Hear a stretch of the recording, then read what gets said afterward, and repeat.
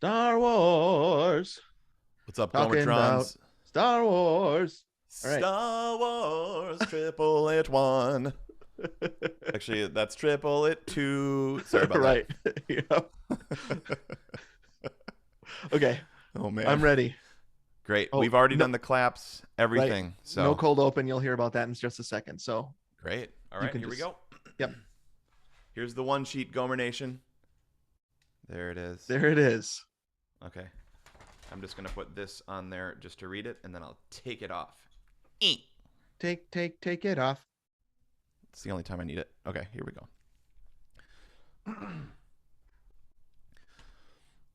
Welcome, everybody, to Perfect Movie, a podcast where two regular guys try to save the universe one great film at a time. This is Anthony speaking, one of those two aforementioned Gomers, coming to you from Atlanta, Georgia, joined as always by my friend Steven, all the way out in Flagstaff, Arizona.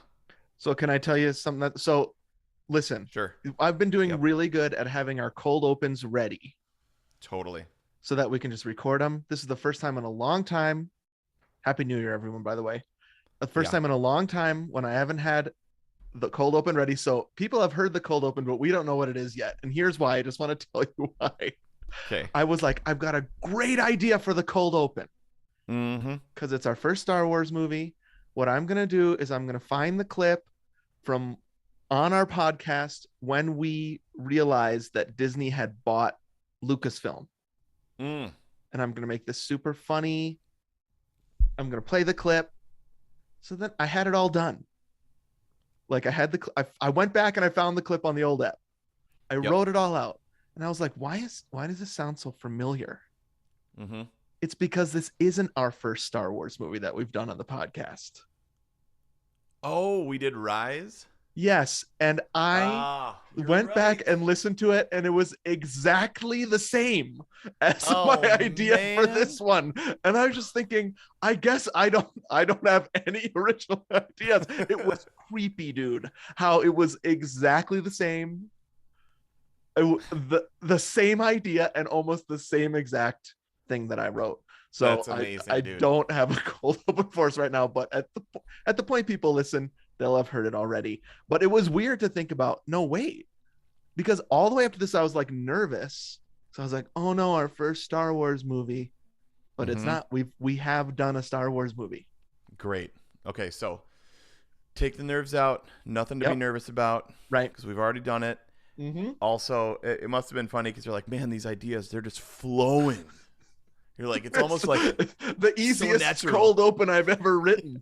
Because those things, I mean, if people don't know a little behind the scenes, those things take me so long. It's one Yeah, of those I love things it. where I put off forever because I know it's going to Yep. be going to take a lot of work. And so I was like so happy because it Yep. works so well. Now All good. this also is, so we need to let people know that this is the result of a survey that we put out. Right. Yep. We knew we wanted to do a Star Wars, Mm-hmm. an OG one. Oh, yeah. I mean, we like these three movies Mm-hmm. are three of the most important movies. We say this every single time. It's because we're now eating frogs, killing golden calves. Right. Like, When's the last going to the time we Golden didn't Goose. say that Right. this is one of the most important movies in our People lives? are probably actually super annoyed by that. They're like, "What don't you like?" But Well, this, I didn't yeah. like the first Star Wars movie we did. How about that? But this All one, right. with this one, we were like, we want to do an OG one. We're not sure if we want to do 4, 5, or 6. Mm-hmm. 4 and 5 were kind of tied. A New Hope and Yeah. Empire Strikes Back. But I texted you and I said, I think the reasoning is best for A New Hope, which is we should do all three of them eventually. Yep. And if that's true, we should start with the original. Yeah. We got to do them in order. I think that's the best Mhm. choice. Right. And Yep. you know what? What do we say? Like, if you can do 2 episodes instead of 1, do 2. If you can do 3 instead of 1, Right. right? We we need that exponential growth of content always when you're a podcaster. Right. So it's Maybe like, the let's best start at the part of beginning. this is that Yeah. we decided January we'll do Star Wars's. Mm. And Yep. oh I love boy, it. just having things locked in like that, Mm-hmm. So good. And so we're starting with A New Hope, even though I actually think Empire might have like gotten a couple more votes than A New Yeah. Hope. I just felt like the reasoning is so good. Now, I think I've said before that Return of the Jedi is my favorite, but I Mhm. know it is not the most perfect. And so Right. I didn't think that would ever be in the running. Um, Yep. but this it just feels right starting with Yeah, episode 4, A New Hope. for sure. For our age and stage, Mm-hmm. Return of the Jedi is our Star Wars movie, right? It came out when we were 6, 7 Right. years old. Yep. Like that was the newest, that was the most like the best special effects. That was the one like because we were kids, Yeah. we actually liked the Ewoks, right? I mean, Yep. I liked them. I Oh, I thought they were loved them. super cool. I I still loved the do love music. them. Yeah, okay, good. I actually don't understand why people don't like them. That's how ingrained that movie is in me. Like, Sure. I cannot see that point of view. Sure. I don't have any problems with them. Jar No. Jar, we get why people don't like, Right? but Is that Ewoks, because we saw yep, him as an adult? partially, yeah. Also, he sucks. Right. But partially, dude, man, my kids, they were laughing. I'm Yeah. not gonna I'm not gonna pretend like they weren't laughing when he was saying stuff. I know people that saw it when they were kids that love Jar Jar still, and they're That's what I adults. mean. Yep. That's what I mean. And who am I to rain on their parade? What is it? I'm not going to yuck their Yeah. yum. Yeah, don't yuck my yum. I love Jar Jar. No, that's not me. And also No, my no, kids, they God are forbid. Not Anthony. because of the podcast and because we talk about movies a lot, Yeah. they are getting a little bit more of that critical, cynical thing. A Yep. little bit of that New Jersey Grumman thing. Oh no. Wait, it originated with us. No, critical. I'll take critical.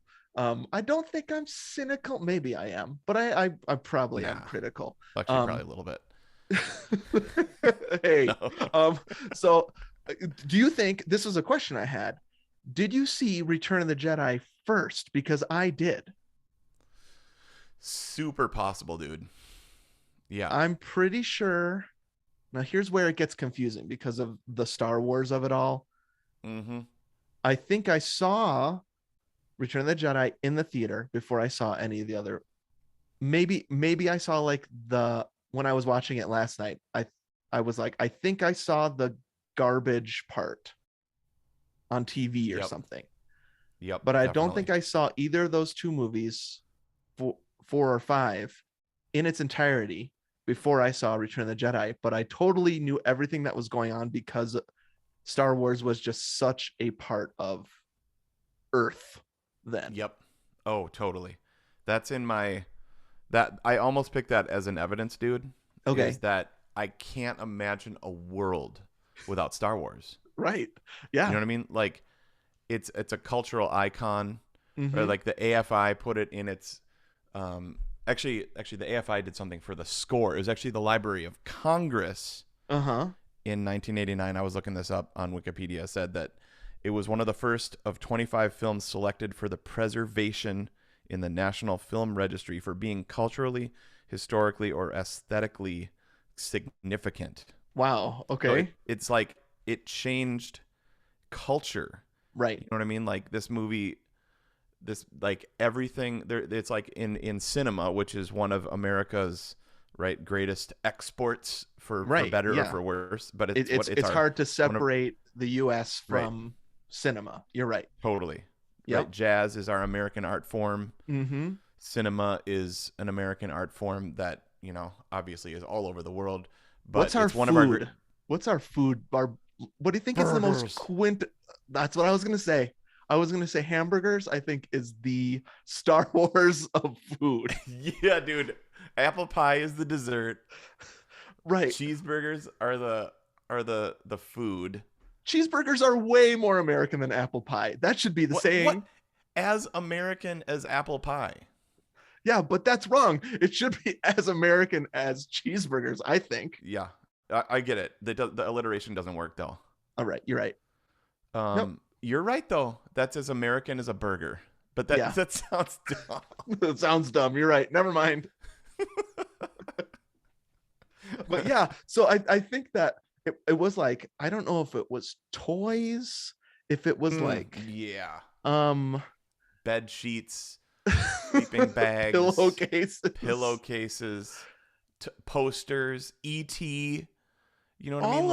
all of Like, that, I feel like I owned, or my friends owned, or I just lunchboxes. knew the story before I Hmm. saw Return of the Jedi, which was, I think, before I saw this movie that we're going to talk about Yeah. today. Yep. Right. So I don't know if there's anything that matches the cultural impact film wise that this one movie had. Right. Exactly. That would be that's an evidence that I'm not going to use because I have like 9 other pieces of I evidence. was wondering how many So I evidences you were going to bring in. so good. I got to use that one. Great already. But yeah, it, like I can't. I don't have as much of an emotional tie to it as I do E.T. Like Okay. this movie Yep. does I think you're not right. make me cry at all. No. What part would? Exactly. Well, okay. I was out on a run earlier today. Uh huh. Tie into the two Gomers. Right. Go check out Runner's Block. Wait, you're all our Patreons. You're all over there. Well, maybe not Julie. Julie, go listen to Runner's Block. Yeah. Hey, Julie, go listen to our other podcast. But I was running, and dude, I was listening to Return to the soundtrack. As Yeah. obviously, we're also going to talk about that too. And Right. I started crying, dude. Which part? The opening. Okay. Yeah, I think Like, if there's anything close to making me get emotional that way, it's Luke looking at the two suns. yep, Th- sunset And scene for sure. and that is probably 90% score. Yep, movie magic, Force Yeah. theme, Yep. It's well, 100%. the visual is iconic too, Oh yeah. because there's a little bit of a wave. You know what I Mhm. mean? Like the Mhm. heat waviness to coming off of the Yeah. ground. Yeah. Which back in 77, how are you doing that with you know what I mean, with two suns? I know they actually filmed in Tunisia or whatever, where it's friggin' hot, and like Anthony Daniels almost burned to death inside that C3PO suit every day. There? Are you still in there?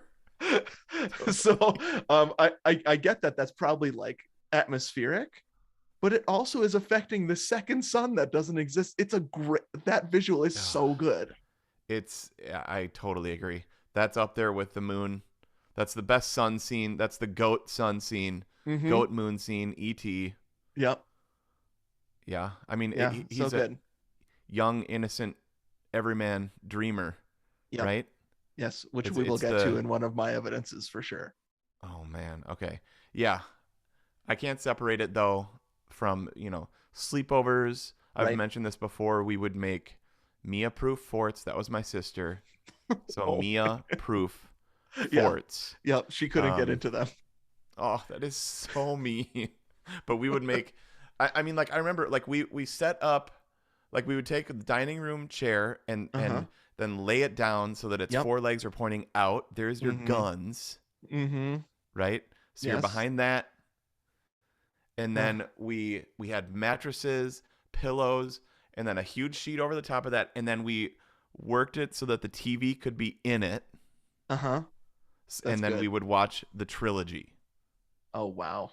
You know, I mean, like the dream, if only. totally. I want to be back there. So we Oh man. the thing that Alex and I used to do is we used to play what was called the Star Wars game in the pool. Mm-hmm. So one I guy, thought you were talking lightsabers. nope, we call this the Star Wars game, and my boys and I still call this the Star Wars game when we're at the pool. Yeah. One guy stands there and spreads his legs as far as he can apart, Yeah. and the other guy is the Millennium Falcon and tries to swim through the legs without touching. Sure. Yeah, Um, that's awesome. And so that I think that's more of a Return of the Jedi game, but we would call it the Star Wars game, and we still do call it the Star Wars game. But that's just like case in point, right? Like that's you spreading your legs in the pool. Right. That has Oh, nothing yeah. to do with, but that's Star Wars game. Oh, It's dude. just everything. There's a moment, there's a bunch of years in my life where that's like I thought about Star Wars more than anything else. Yeah, for sure. Like it's like ET has the heart, Right. has like my heart and soul sort of Mm-hmm. thing. Yeah. This movie is like it's pure fun. You Mm-hmm. know what I mean? Yep. It's like joy and excitement. Like I think I read somewhere that George Lucas, he wanted this movie to be fun. Like remember J.J. Abrams wanted Mm-hmm. Force Awakens to be delightful. He said he wanted Delightful. this Yep. to be fun, Yeah. and like it was post Vietnam War. Like Yeah. times were tough. Mm-hmm. I'm not trying to Well, that's why be it's like, still so fun to watch now. I was just thinking last night, yeah. I did not have a good day yesterday. And I Hmm. kept thinking, I got to watch Star Wars tonight. Does this sound so dumb to people? But Maybe. it was like, I get to have fun for 2 hours and 1 minute tonight Yep. watching Star Wars. Totally. It hasn't gone away. Nope. I mean, Good. we with my kids, we do Mm-hmm. Millennium Falcon. So you did Star Wars game. We did Millennium Falcon in two different ways. Uh-huh. One, throwing them onto the bed. Right. So like I get them up. They're Mm-hmm. straight. You point them toward the bed. Feet in one hand, Uh-huh. torso Yeah. in the second hand, and then you're like, Yep. Daddy, do Millennium Falcon. Mm-hmm. Okay, here we go. Yeah. Throw. And then Ultimate Millennium Falcon is also a pool game, Right. right? Yes. I mean, you mean launching them into the pool Yeah, in that launching way. them into the pool. Yeah, Mm-hmm. same exact stance. Mm-hmm. And the kids can get bigger with this one. They're more, there's like that age. I can't Uh-huh. remember when you start, but like Lily's, she's 10. Yeah. I could for sure still do Falcon in the pool with her, Right. but probably not on the bed. Yeah. Too long. Now Too tall. She's so tall. Do the other Star Wars game, and you can do it until they're adults. Yeah, for sure. You still do it. Maybe me and my dad will try it this summer. Dad, let's play the Star Wars game. Okay, son. So I mean, that's part of the reason I think why we're a little nervous about this episode. But hey, we did E.T., we did Oh yeah. When Harry Met Sally, we did The Matrix, we did Hook, your Mhm. favorite of all movies. Yes. We've eaten all the frogs. Right. I'm not worried about this anymore. Mm-mm. Yeah, so this Not is worried going to be a about it. fun one. The Gomer one sheet you sent me is packed full of information. All right, should we bust that out? Let's do it. All right, dude. So Star Wars, A New Hope. Okay. See, you can't even get That's can't even right. get past I mean, that. this is like the ... And when Harry Met Sally, we must stop Totally. and discuss this title. Yeah.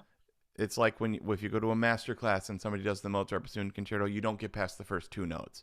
Definitely not past the first like 6 measures. Okay. Mm-hmm. So Yep.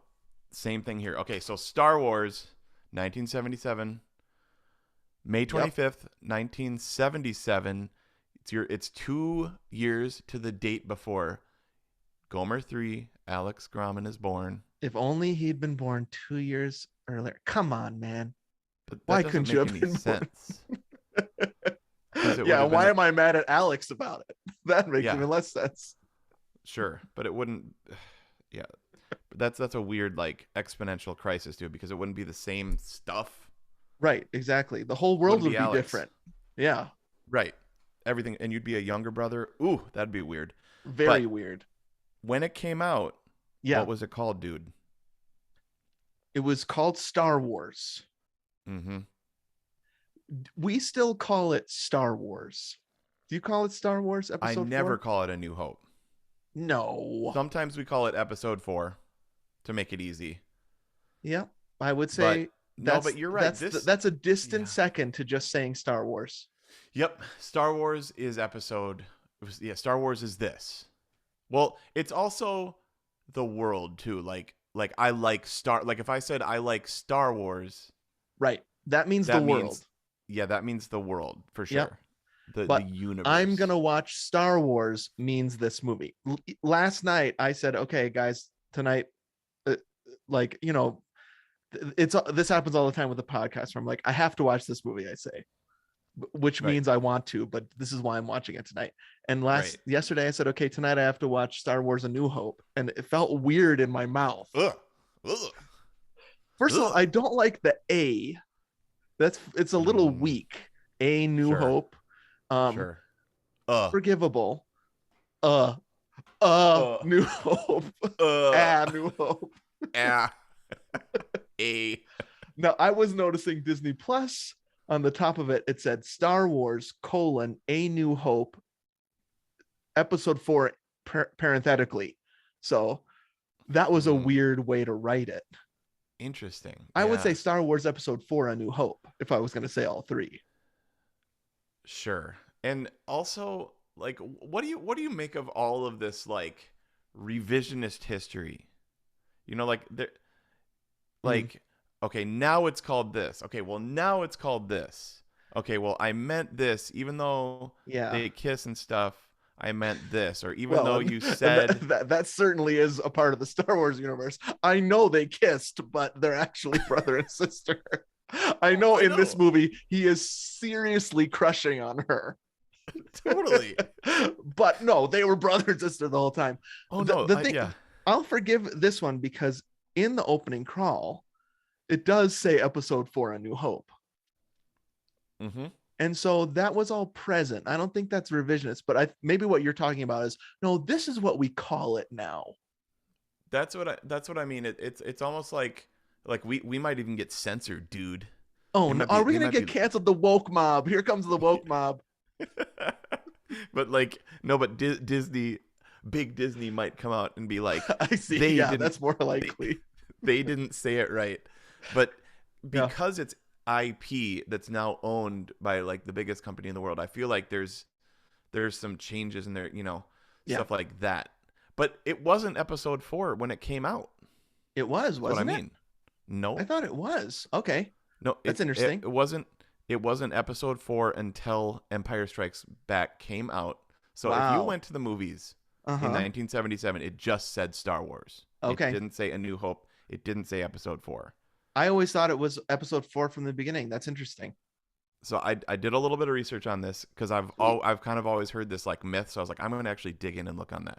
Okay. So when Empire Strikes Back, it said Episode 5, and people started calling it Star Wars 2, and they're like, no, it's Episode 5. So then they did a re-release and called it Episode 4 after Empire.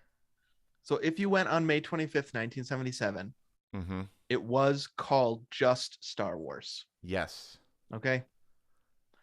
And I kind of love that. It's because so clean. Star Wars is such like a campy. Have you just kind of think about the title of a movie that is so ingrained in you? I thought about Back to the Future when we did that a couple years ago. Where it was like that title is pretty cool. But you never think about it. Right. Star Wars is so 70s. Yes, Star Wars. Star Wars. Yep. Star Wars. Yeah. And I'm not complaining because I think the movie is so 70s and campy, right? Right. It fits, but just to think that would become what it has become today, and it's called Star Wars.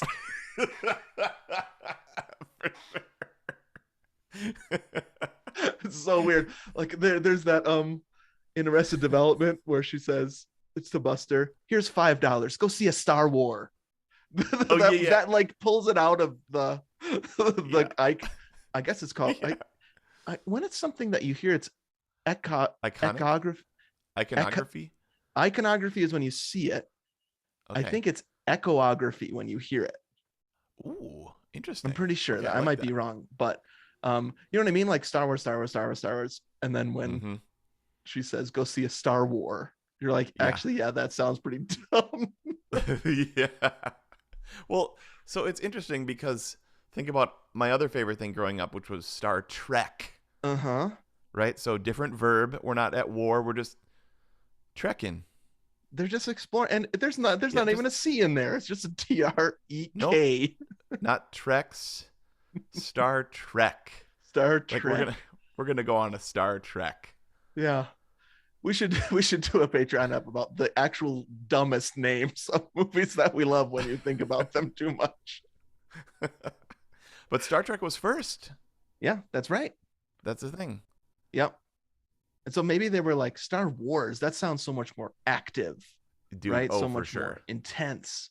Uh-huh. That sounds exciting. Like I want to be a part of that. Now, I was reading that George Lucas, like I mentioned earlier, like the Vietnam War was ending. Yeah. He said that people were just like angry, and he Mhm. had worked on two other movies, Apocalypse Now and dang it, one other one. THX. What was it? What was his Yeah, well, first movie? he had been working on some other ones that he wasn't doing. Yeah, THX Okay. 1138 Right. was like a student film that then he actually did a Made a movie of. professional Right. version of. Mm-hmm. And it's kind of like a little artsy Yeah. and Very different. Yep. so different. And so it's angsty. It's about a dude that's trying to escape where he Mhm. is. And anyways, Yeah. so it didn't go over super well. Uh-huh. And so he wanted to do something fun. Right. And so I guess the war part of it is like, let's do something fun. I don't know. Well, yeah, and I have also thought about like, does that pigeonhole everything that comes out from then on into having to revolve around some war? Like Star Wars Boba Fett, which is out right now. Have you seen any of Right. it? The Book of Boba Fett? Nope. Okay. It's not about there's no war happening. In fact, it's the same time as Mandalorian. There's no wars happening. It's actually Right. peacetime. Sure. But you're not gonna say like, well, there's no war, so we're not gonna call it Star Wars. That's Right. the more you think about the title, the more you think, oh, that's kind of weird. But I love it. Yeah. I just love it. It is what it is, dude. Right. It's Star Wars. It's and they were Star in a war Wars. when they started it, and they were coming out of a war. Yeah. And I mean, other movies. I'm looking at these other movies that came out around the same time. Oh yeah, okay. Here, there are some about war. A Bridge Too Far. I know. Yeah, okay. Here, let's go back to the one sheet. Okay, Okay. dude. This grossed at the box office $1.5 million in the opening weekend. It was a limited release. Okay. They didn't know what was going to happen with this thing. Like, I also No read idea. that George Lucas went on vacation with Steven Spielberg on opening weekend. I don't know if that was a myth or if that was real, because he just thought it was going to tank. He wanted to be far away from whatever happened with the movie. Far away. Yeah. Yep. That opening weekend isn't so good, but then it ends up being like this. It crushes Jaws, which was at that point the box office leader. Right. Which then, of course, it gets dethroned by E.T. Mhm. and then JP. Hey, we've Jurassic done all Park. these. Yeah. Yeah. But the budget was only $11 million, which is insane. If you were going to take $11 million and say, I'm going to change the world Right. with that. I mean, I this is part of one of my evidences too. Okay. Small All budget right. for sure. Okay. It was nominated for 10 Academy Awards. Again, Wow. that's $1 million per Academy Award nomination. Just slightly under that. That's all it costs. $1 million per. Jeez. Okay, now I'm thinking about this. $11 million budget. How much did they pay John Williams for this? Because I thought these days he's making between $1 and $3 million per movie.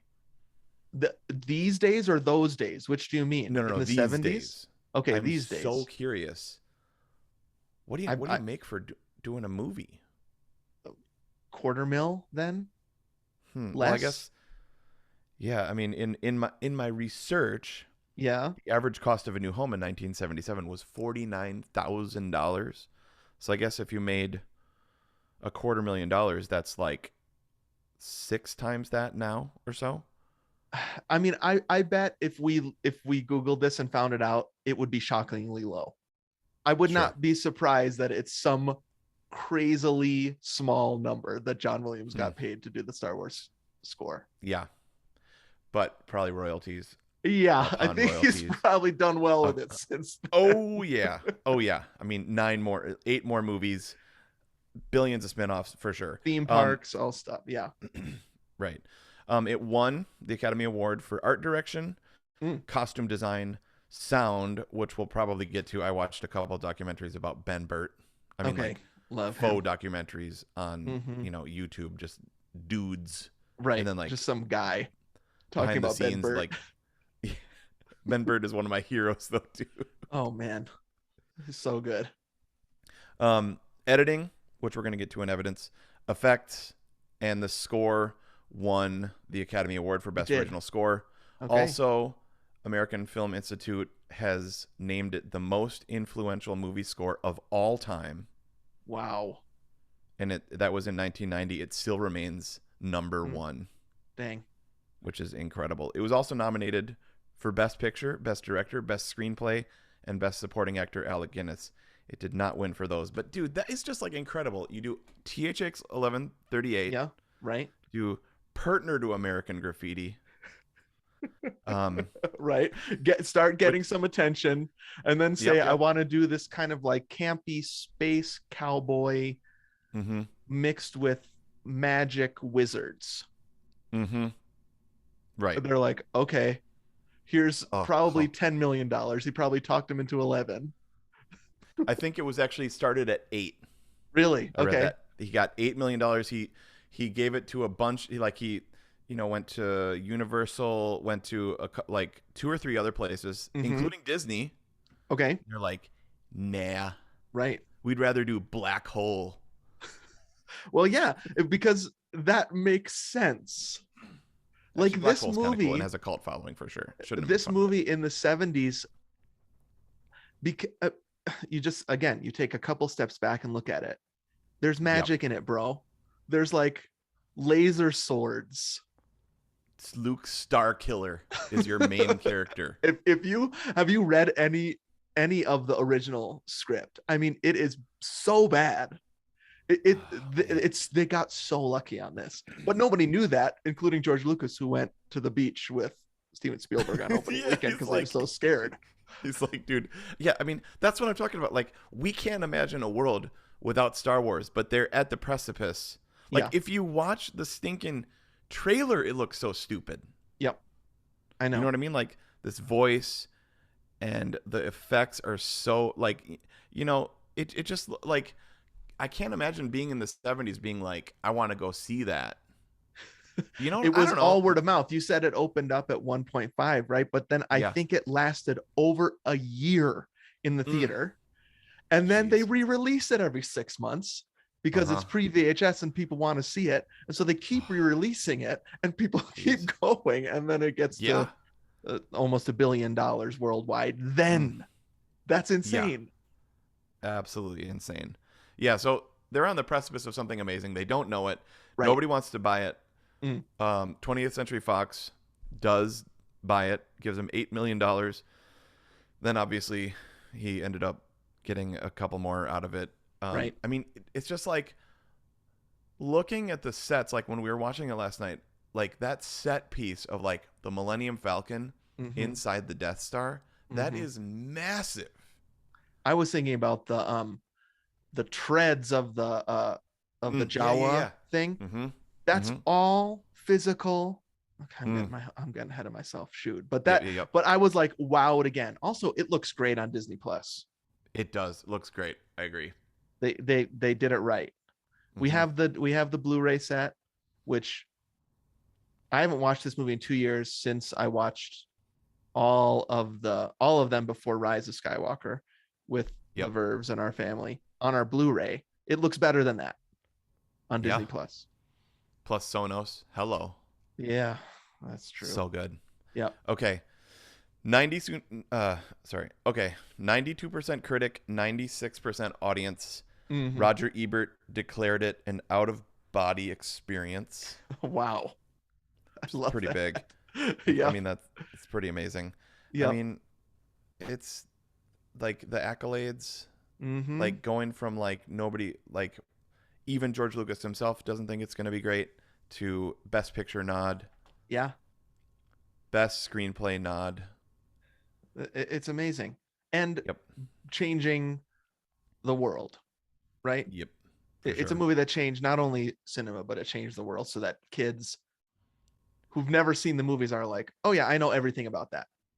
Yeah, It's crazy. totally. I Yeah. mean, there's just this time, like we talked on the Simplify episode about like the 60s, Mm-hmm. um, civil Yeah. rights, we're going to the moon, Right. all these people are being assassinated. The late 70s and 80s is like, it's Star Wars and Apple and technology. Yeah. You know what I mean? It's like Yep. all this happened when we were kids. It's like it was then, and then it's the iPhone, Right. basically. Yeah. So Yep. it's an amazing moment in time. Definitely. Yeah. Or the internet, right? Like those are the Yep. other things that are like that changes everything. My dad, we did this poll, and my dad voted. He said, "New Hope, the Trailblazer, transformed the making and watching of movies." Wow. And Right on, Mr. I Grumman. guess he was in his late 20s then when it came out. Yeah. So, I mean, what an experience that must have been. He talks all the time about that opening shot Hmm. with the star, what is it? Star Destroyer? Or Star Destroyer coming over yep. and just like lasting and lasting, right? Like Yep.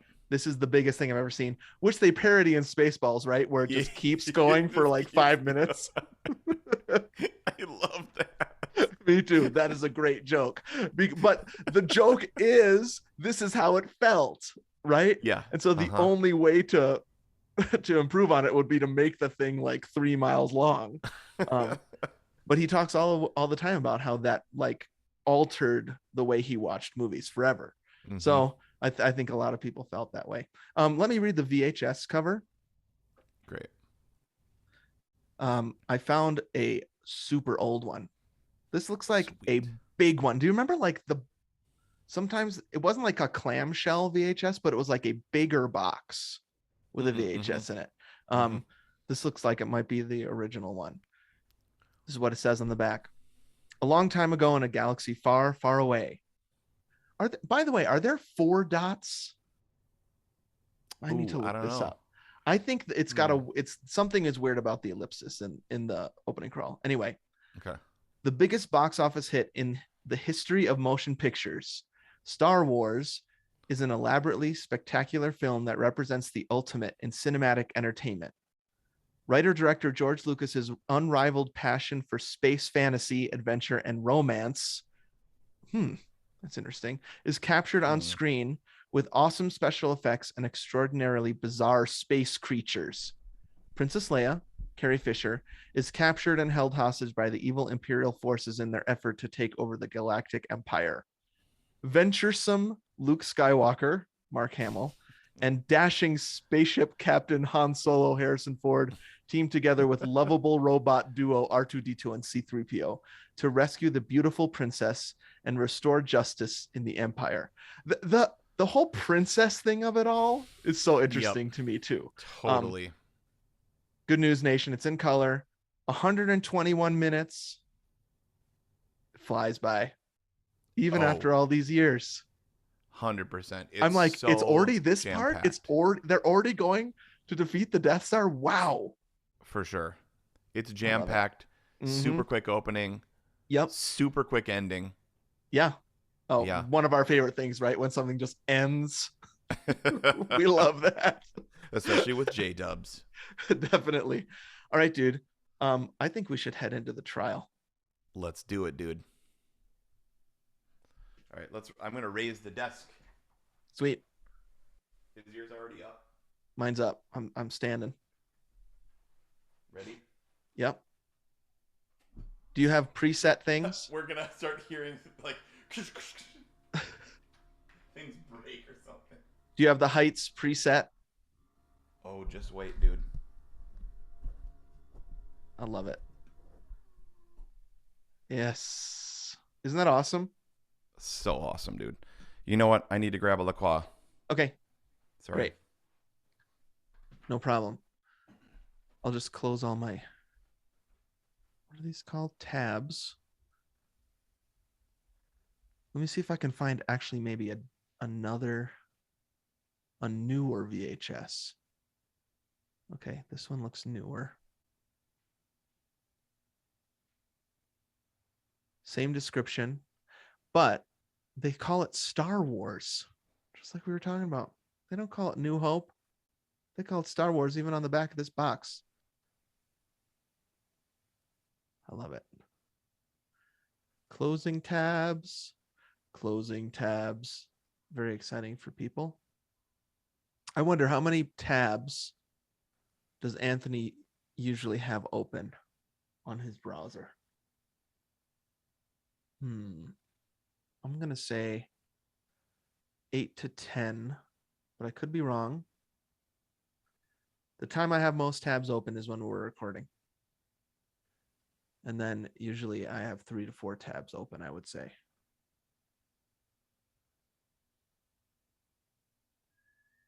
Isn't that interesting? Right now I have to keep 4 open for the rest of the things I'm going to talk about on this app. Close this. All right, he back. Still rolling. Yep, we're still rolling. Let's clap again. Okay, good idea. Okay. 1, 2, 3. 1, 2, 3. Yeah, I think as we record, it gets separated. So that's a good call. We should keep doing that. It totally does. Okay. Check. Still working. Great. Yeah, if we do that every now and then, that really helps, I think. Yep. Oh, gosh. Forgot about that.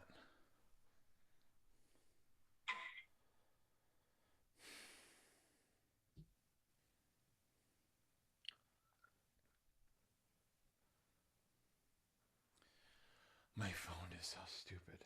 Oh, no, really? Yeah, I need a new phone, man. And a new computer. Yeah.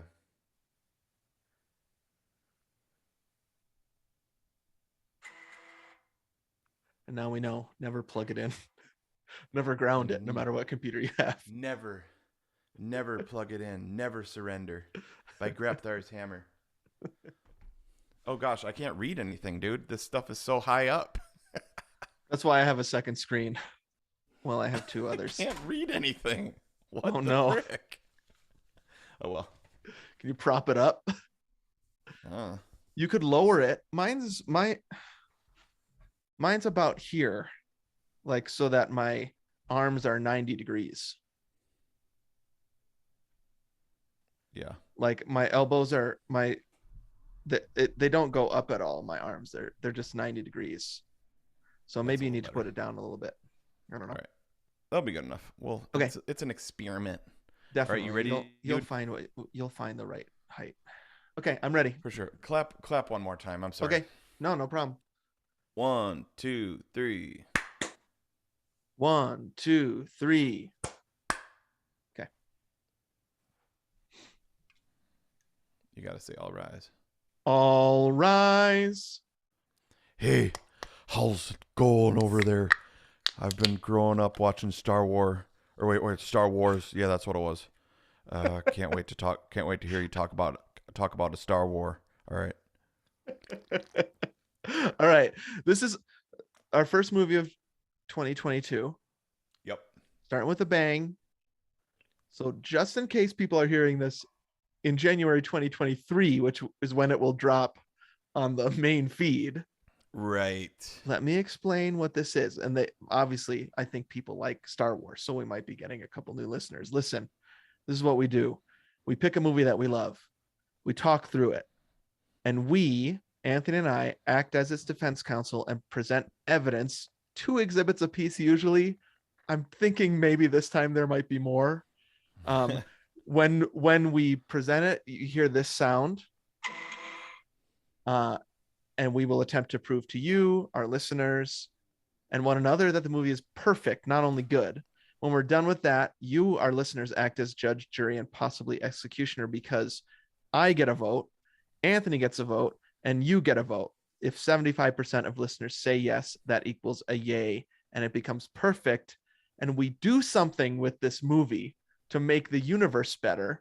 We send it to some sort of evil alien race. Now, we've already converted the xenomorphs in 2020. Yep. We are going to send our 2021 movies to the Harvesters from Independence Day. Yep. We need a new alien. Oh, man. So what about here's my idea is that we make it Star Wars focused. Okay, that's great. I was also thinking of that weird sausage thing in Star Trek 4. Oh yeah, right, that cigar shaped thing. Let's keep that for next year maybe. But I was thinking the Sonos soundbar flying through the right.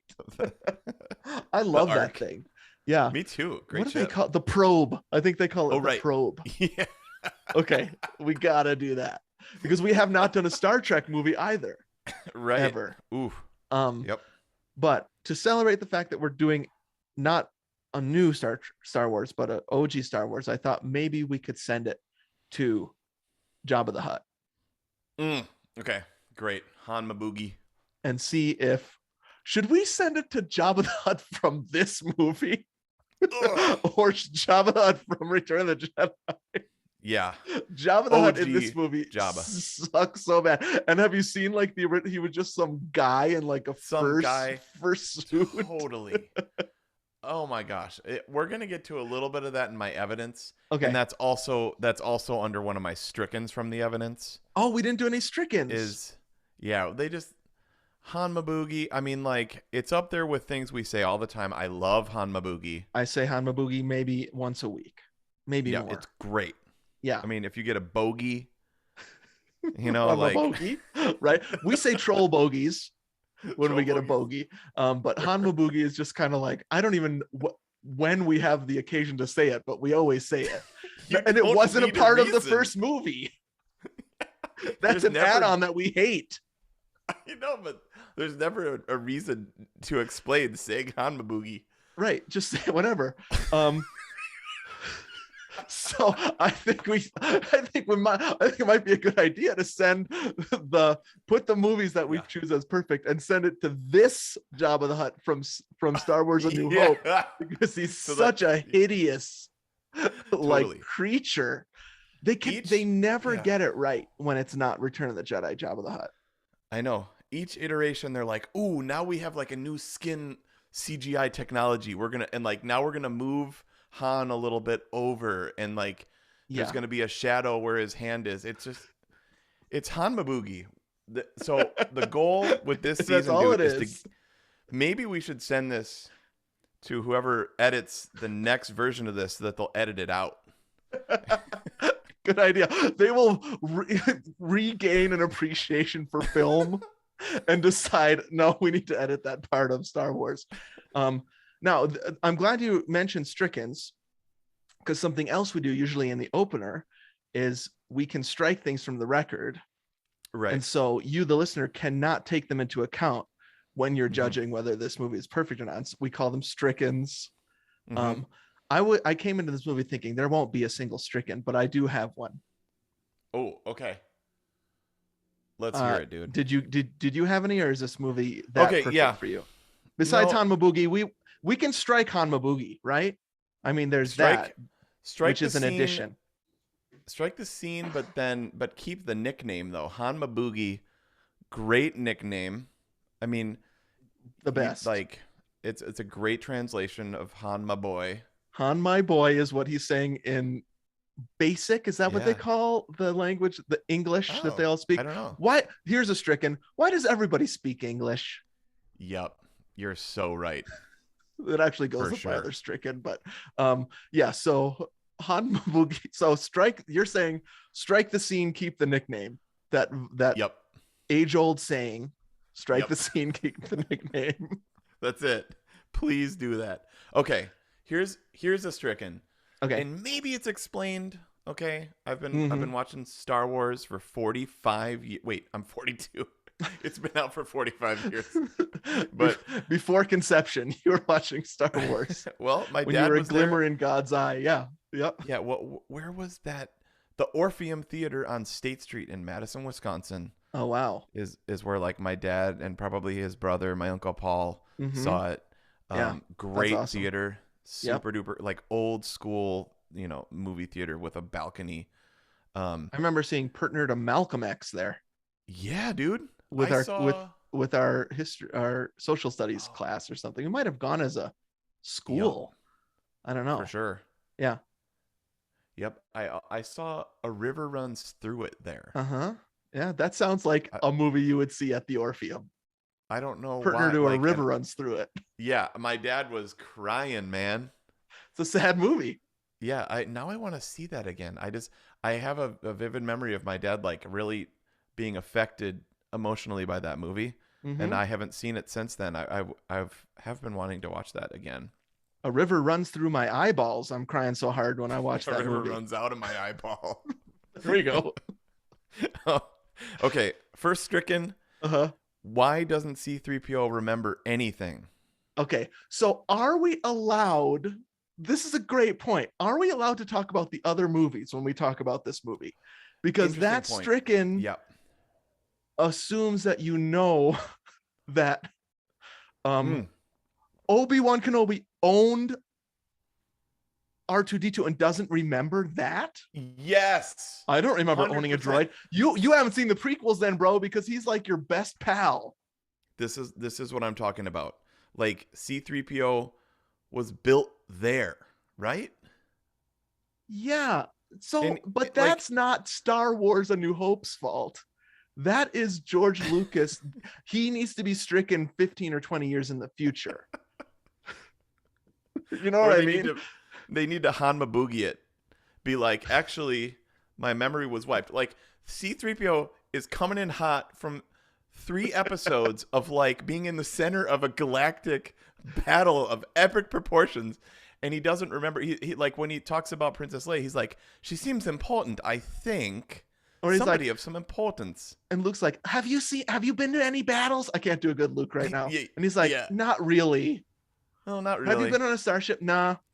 Well, yeah, I got a couple. What? So here's what I'm saying. I don't think that's strikeable because I don't think that's Star Wars' fault. All of that Got it. makes sense within the logic of this movie. Yes, within a self-contained one Star Wars, no Right. episode 4, no A New Hope. Right. Is it a perfect movie within itself? Okay, so but I'm just saying that doesn't make sense in the world. I see. Yep. It's valid. That doesn't make sense in the world. Okay, so I guess maybe it all goes down to Lucas and friends that were all working on this together. Uh-huh. How much forethought did they have? Were they just world building by saying big things? Like Vader was betrayed and murdered your father was betrayed and murdered by Vader. Yeah. Like, but then later he's like, well, that he was, but it's because it was like 2 parts of his personality. Like, he's more machine now than man. I man. have put just Did it such revert? an embarrassing amount of time and thought into this sort of question. Did Lucas know what he was doing? And that's why I think it's fun actually to watch Star Wars, imagining that Lucas did not think he would ever make another movie. I love that.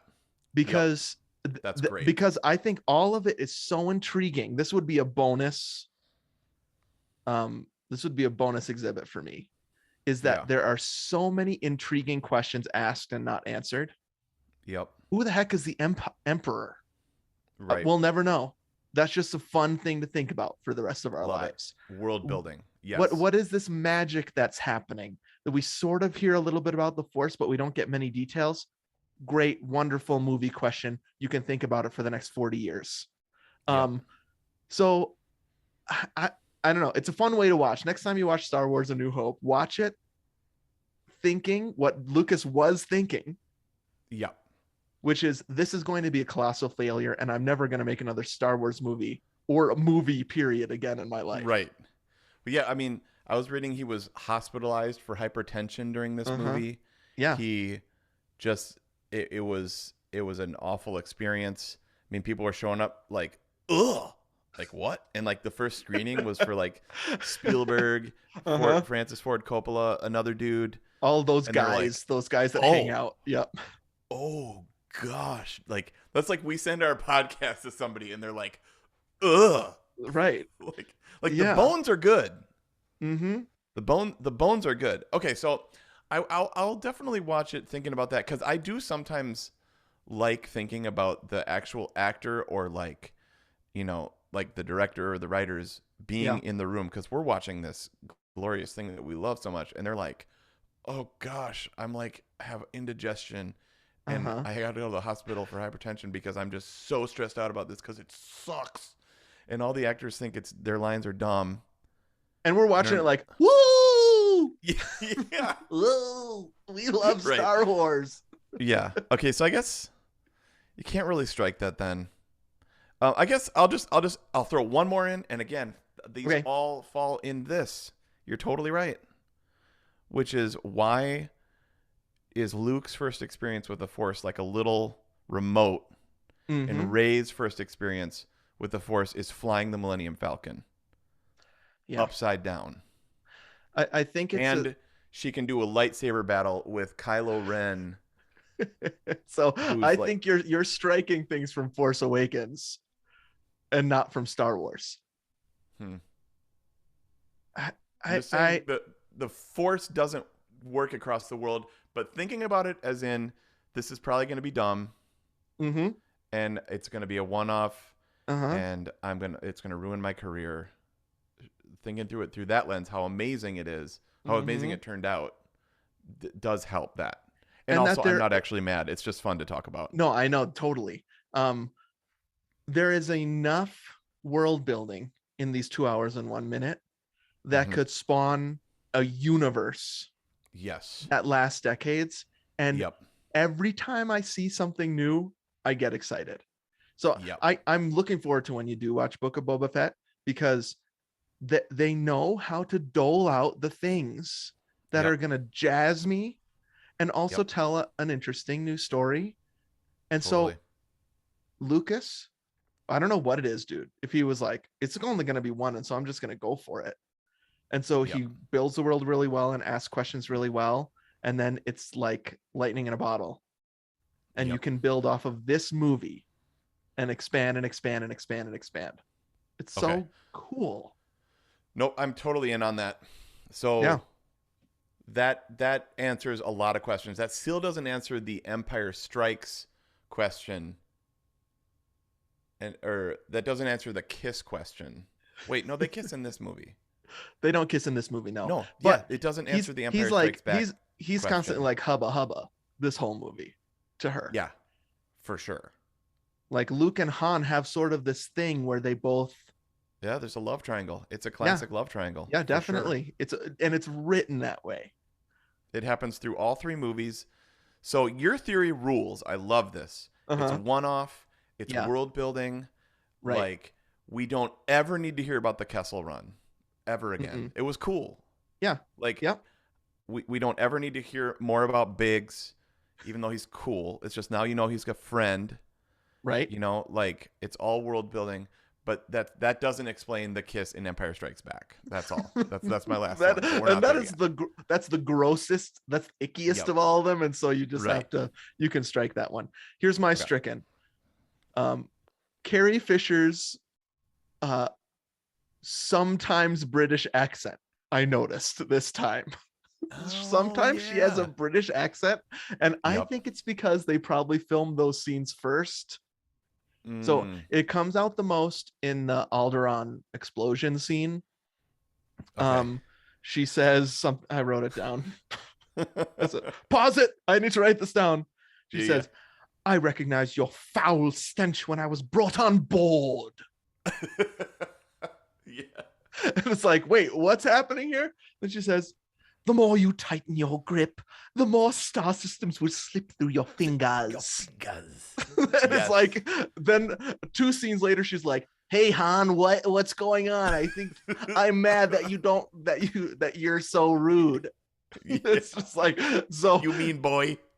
right, exactly. Yeah. So I noticed it before, and then I really listened, and it's an obvious like voice affect she's doing there and Sure. doesn't come back. I 100% have heard that. Mm-hmm. and I But didn't pick up on it until you said this, but it's like every single beat, accent, mm-hmm. sound, Yep. picture of this movie is like ingrained, right? Just Yeah. memorized. We're Yep. like Definitely. a record player that's been like the grooves are all in there because it's been imprinted Yep. upon us. Yes. Oh, I can hear that for sure. Okay. Yep. Strickens. Well, Stricken's also the over. shots. Wait, no, but when R2D2 and C3PO run through a ton of blasters and don't get hit, that you can strike that too. This is just the beginning of that sort of movie trope where Yeah. bad guys are such bad shots, even though Obi-Wan says that stormtroopers are good shooters when they're Right. comparing them to the sand people. Uh-huh. Um, uh, I don't know, but you just have to keep your heroes alive, I guess, Yep. while Absolutely. having shootouts. So, yeah. Right. Okay. I have a couple pieces of evidence I want to put forward. Great. Do you want to start? Should I start? What do you think? Why don't you start with the first one? Okay, I will start with I've the got first one. two, but they're a little bit further along in the movie. Okay, I have one that I'm not gonna do because I think Right. you're gonna do it, and it's my number one.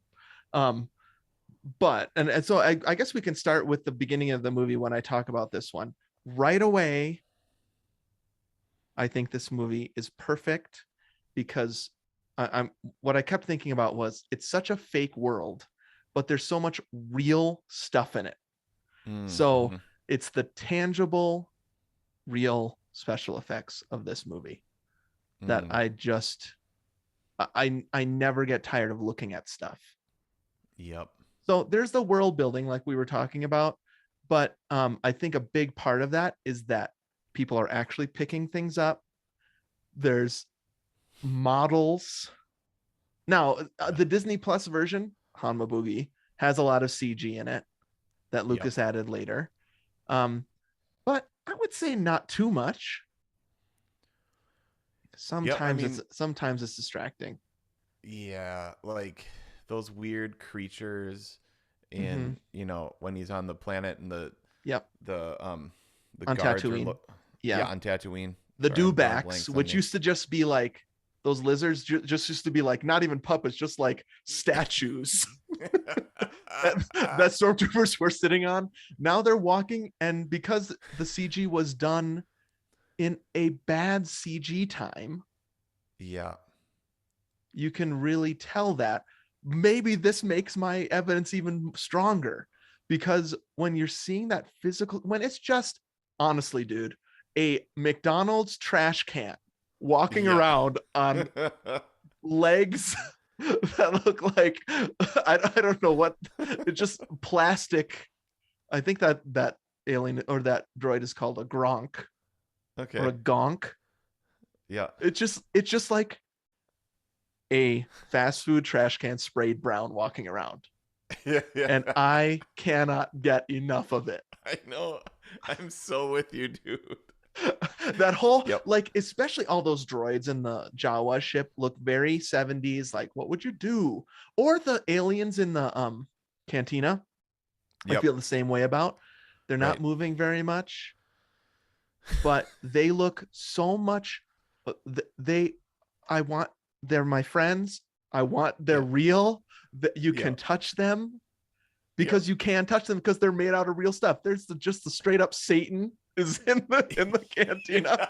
And they're like, I'd like to have a conversation with that guy.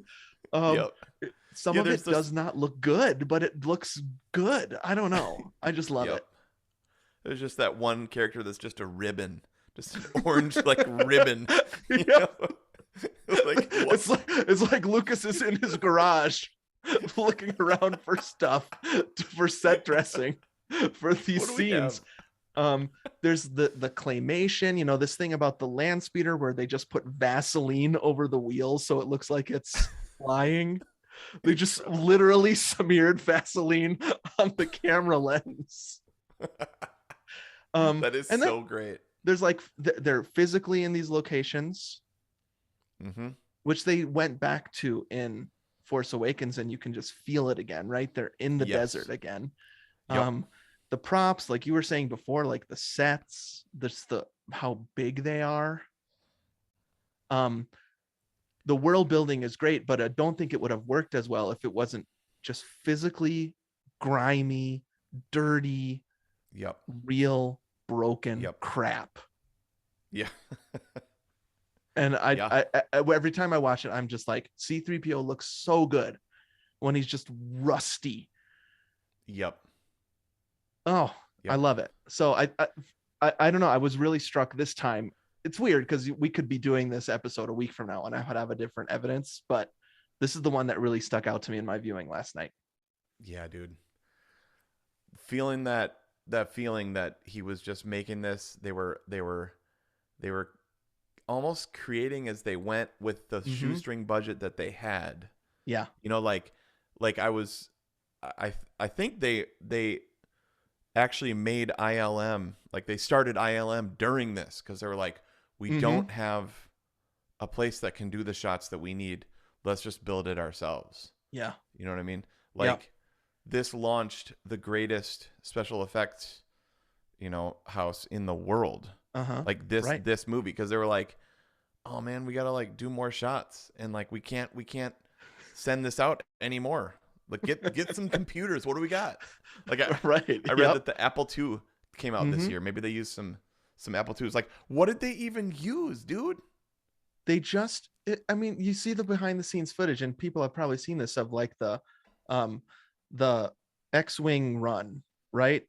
And it's just on the Death Star. Yep. It's 100% model, and those are on strings. One string attached on this side of the room, one string attached on the other side of the room, pulled tight, and then just like put like a hook on an X-wing and zip it across the room, and then you watch it on the screen. It's like, it looks real. I don't know. It's so good. And so it just feels so lived in and real. Yep.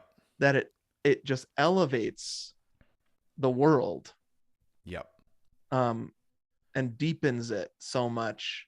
And that's why the props go for so much money. And that's why the toys worked so well. And that's because it was all such good design in the real world. There was one stricken that I picked up on this last time as far as the practicals go. I've noticed this before, but I had forgotten. It's like whenever somebody is in an X-wing fighter, they're like bouncing up and down. Have you noticed? Like they're like, yeah, you know what I mean? Well, and then there's some things that I think were kind of just realities, like when he gets in and out of the speeder, which is supposed to be floating, right? But you can tell he's getting out of a car because it's lifting up. They have embraced that in the Star Wars universe as just how those speeders function. And so now they make speeders in their new stuff, but they still act that way when somebody gets out of them. And it's just like, what a happy accident that was, that for some reason that makes their CGI stuff now look more tangible. Sure. Yeah, I love it when new stuff quotes old stuff. Like one of my all-time favorite lines is still a presence I haven't a present I haven't felt since. Pause. And then there's like that beat, and I don't know if something was supposed to happen there or what. We laughed out loud last night when it happened. Yeah. So Darth Vader says, a presence I haven't felt since. How long do you think the beat is? A second long? Where he's just kind of staring, and then he quickly turns and looks away. Such a weird moment and so good. Yes. But then, they picked up on that in Lego Star Wars. Right. Maybe Holiday Special? Yeah, that sounds right. I think it was Holiday Special, which was, man, just so good. I loved that. We'll talk about that. That was much better than 8-Bit Christmas, which I did like a lot. Yeah. Something was off about 8-Bit Christmas for me. Yeah. The last 10 minutes of 8-Bit Christmas, I frigging loved. I didn't make it there. You didn't? No. I stopped because I wasn't connecting with it at all. That's interesting. But now that I know that, I'll go back. I really liked the ending. Okay, that's good to know. Um, but yeah, it was so chock full. It was kind of the way you felt about Ready Player One, which it's Right. like this is stuff you like. Like remember You are this. cool because you like the stuff. And by the end, I was like, I don't ever want to watch another Star Wars movie. I hate myself for liking Back to the Future. It's like like when he took out the NES cartridge and blew in it. Yeah. Yep. Why wasn't that funny? It should have You been know, like funny. he was like, this Hmm. is something that we always did, and I was like, I know. You know, like I don't That's know. what I was feeling. That's why I couldn't make it. But now that I know, I'll watch the rest of it. But I'm like, just yeah, saying, there's so much richness to reference in this movie. yeah. Lego's So perfect for it. The Lego movies. yeah, so what I was saying is Lego Holiday Special Hmm. somehow the perfect tone, every Yeah. joke hit, and Yeah. you're like, I like this. It like the opposite of like, I know. Thank you for telling that joke because I'm so happy you did. Yeah. Yeah. That's Yeah. awesome. So I think Okay. that's my first one. Just so much reality. It's just so rich, and it's just I just felt lucky to have it. Yes, it's grounded. Like it's it's fantasy. Like or it's like it's not exactly sci-fi in and of it like Star Trek. It's like fantasy based in almost a real world. It's grounded like my computer. You know, do you know like that? I think that's what you're It saying. is a weird combination of very grounded and also there's a wizard in it. For sure. There's a You know what I mean? force. Yeah. It's futuristic, but it's Hmm. also like yeah, it's just grounded and we'll They probably did it. get later into the evidence or at least into the discussion as to what else grounds it massively, okay? Okay. Yeah. Um in the real world. But let me come in with a piece of evidence here. Okay. All right, dude. My first piece of evidence is the edit. Okay? Really? Okay. Yeah. So again, I love learning. I love learning about stuff. Hmm. And I stumbled upon a couple of little documentaries that blew my mind that I didn't know about this movie. Okay. And basically, there's this really cool article called Marsha Lucas Saved Star Wars in the Edit. Okay. Huh. And so that was his then wife. So Right. she was one of the three editors. There was actually an editor on this movie that was cutting it. And they didn't get along, and he like fired him or replaced him or whatever. I mean, again, just thinking about this story of like, we keep coming back to this, but it's good because we're doing the first Star Wars movie. That's why Right. it's good that we're starting with the first one. He Definitely. doesn't know what this is going to be, thinks it's going to flop. Yeah. Um, and so they're sending dailies, they're sending stuff to get edited. Super is not liking the way it's turning out. They show it to his buddies, right? Okay. And the edit's just super bad, dude. Hmm. Like it does not look good. So like for example, one of the early edits was during the battle scene, they kept cutting back and forth. Like you know how they do cuts like Return of the Jedi is the best maybe ever of Oh yeah. Those cutting last between 20 minutes where it's three stories happening at once. It's yes. too good. It's so perfect. Yep. The opposite was the first edit of this movie. So there are at least 3 if not 4 cut scenes of Luke Skywalker just being a moron. Like When? have you In seen the any beginning? of these I've cut seen him scenes? and I've seen him and Biggs Yeah. having a conversation, which he refers to in the final cut, but Yep. you don't have to see that. Maybe this is where you're getting. You don't have to see it. You just have to know, oh, he had a couple friends that are in the academy. But I've Yep. That seen, I think, a scene where he and Biggs are like talking by his house or something. yes. Okay. Sorry, I'll edit there. Yes. Okay. So there's that. They added that back in. I mean, they Hmm. added them talking at the end, which actually I thought was cool. I liked seeing Yeah, that I like it too. Yeah. So that's an reuniting. addition in the 2000s that they put back in. I think when they have that conversation before they all go to the final like big Right. battle scene, that Okay. is new. I'm Okay. pretty sure because I they I kind of I, catch I up. think you're right. That felt less familiar to me last night when I was watching it. Yes, so Okay. that's added. Mm-hmm. But there, for example, there's the scene where he's talking to another robot that has a name that's like Dinky or something like that. Like we're like probably what we would have thought of R2D2 if he would have been cut. We're like, I was just gonna R2D2. say that. The only reason C-3PO makes sense is because it's 40 years old. We frigging love it. But you're Dinky right, like Danky, you're probably right. Yeah, some other dumb Yeah. robot name, sure. Rolf or like something like that. And they're just he's wearing this like visor Uh-huh. and he's out doing his jobs basically. You know what I Yeah. mean? And he's talking to the Harvesting robot. water or whatever. Yeah. Yeah. And he's like, hey dude, let's go over here. And like basically that was the intro. First of all, that was the intro to your hero character. Right. And then they were gonna cut in and out of all these different like exciting scenes and that. And so they kind of like showed what it looked like, and you've got like really cool momentum and then like super lame hero character development that is not needed at all. And then like cool stuff, Princess Leia on the ship, and then you go back to Luke doing like water harvesting or whatever. You know what I mean? So it's like drinking blue milk. Yeah. Yeah. So then they showed in the final edit, which I didn't realize, you don't see Luke Skywalker until 17 minutes into the movie. Right. So you there's haven't a even long, like you would think that R2 and C-3PO are the main characters of this movie. Totally. Those first 17 minutes. Yup. Yeah, you're 100% right. But that was in the further along edit. Like, Wow. let's just not even meet. Like, I love that. Like, not even meet the hero character Yeah. until 17 minutes in. We haven't heard the main theme since the first note, Maurice Murphy crushing it on the trumpet. Right. Which someday we need to talk more about that. So first of all, I think that ruled. Yeah. Then they kind of showed how they moved a lot of different scenes around, which made so much more sense. But then the main edit, and you just have to watch it, Okay. is in the first version of the movie. What is the world that they're going to blow up at the end? So it's not Alderaan. They already did that. Oh, Dantooine? Is it Dantooine? Another And Stricken.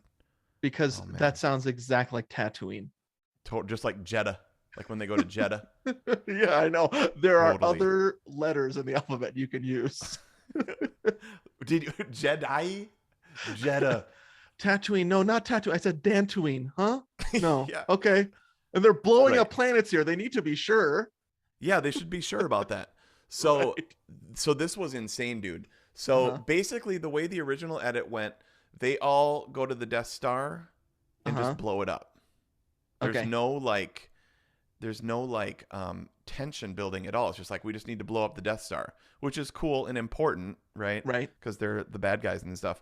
But that whole Dantooine explosion, Oh, wait. You know what? I'm wrong. It's Yavin is the planet that they're going to. thank you. Oh, and that was filmed Dantooine in is the Guam. one. Dantooine is the one that she says the rebel base is on, and That's it. lies. Yavin Dantooine, is the it's one. too far to make a demonstration, but this will be suitable. Right, Right. exactly. Ooh, Grandma Tarkin really ripping in this movie. He's so Grant good. Tarkin. I love Grant Tarkin. Yeah, me too. And I love the Boba Fett when he walks by, and that's it. I remember our theater really responding to that. You know, Yep. there was the Hanma Boogie stuff where everybody was like, "Hoolat," and Mhm. then Boba Fett comes out, and people were like, "Yay! Hooray! We know that saw guy." Boba Fett. We know that guy." See, that's opposite of Kessel Run. Like Kessel Right. Run, love hearing about it, don't need to see it. Even though Exactly. that was kind of cool. Okay. Sorry. So Okay. Yavin is the Yavin, planet. that's what it Yep. was. So there was no Yavin plot, dude. Wow. There was no Yavin anything. They weren't going to blow it up. All they went to do was to go blow up the Death Star, and that's it. I think I remember hearing this, and so then there's no tension. There's no tension. This is a very first draft thing. Yes. So you write a thing and you think, oh, they just want the audience would like to see something blow up. But that's not Right. true. They need to know that that thing is going to blow something else up, and there's 30 Yes. seconds to go. That's it. Yeah. 100% it. Wow. So yeah, I think we talked about this like a year or two ago. So, but in case Okay. any of our listeners didn't know this, you can just look it up on YouTube. It's super cool. But basically, Marshall Lucas came up with that whole idea. Let's have Wow. another planet. Uh-huh. We're gonna blow that up. All of the rebels are on that planet, Mm-hmm. so we're all tied to that planet. So the stakes are incredibly high. So we need to destroy the Death Star now, or they're gonna destroy our entire existence. So That's that's so interesting. much Yeah, the interesting bigger than about like George just Lucas wouldn't I'm not going to fault him for this, right? Because he's just writing this. I know what it's like to write a first draft. You're just like, I don't know, this is how a story goes, I guess. sure. So to write it and to say this is the movie, sometimes it just takes somebody else, and it does help if it's your wife probably, to say there's no stakes here. I don't even give a rip.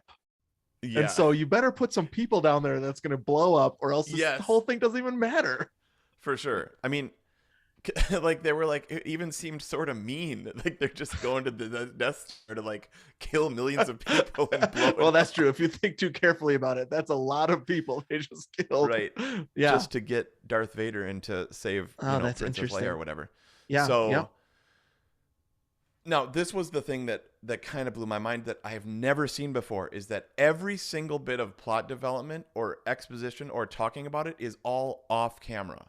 Hmm. So like every single thing you hear is either a computer voice, a thing Oh, over a comm, a reporter, and then just shots of like computer screens and like the Death Star getting closer, and then just reaction shots with zero dialogue for the because last. that's in rewrites.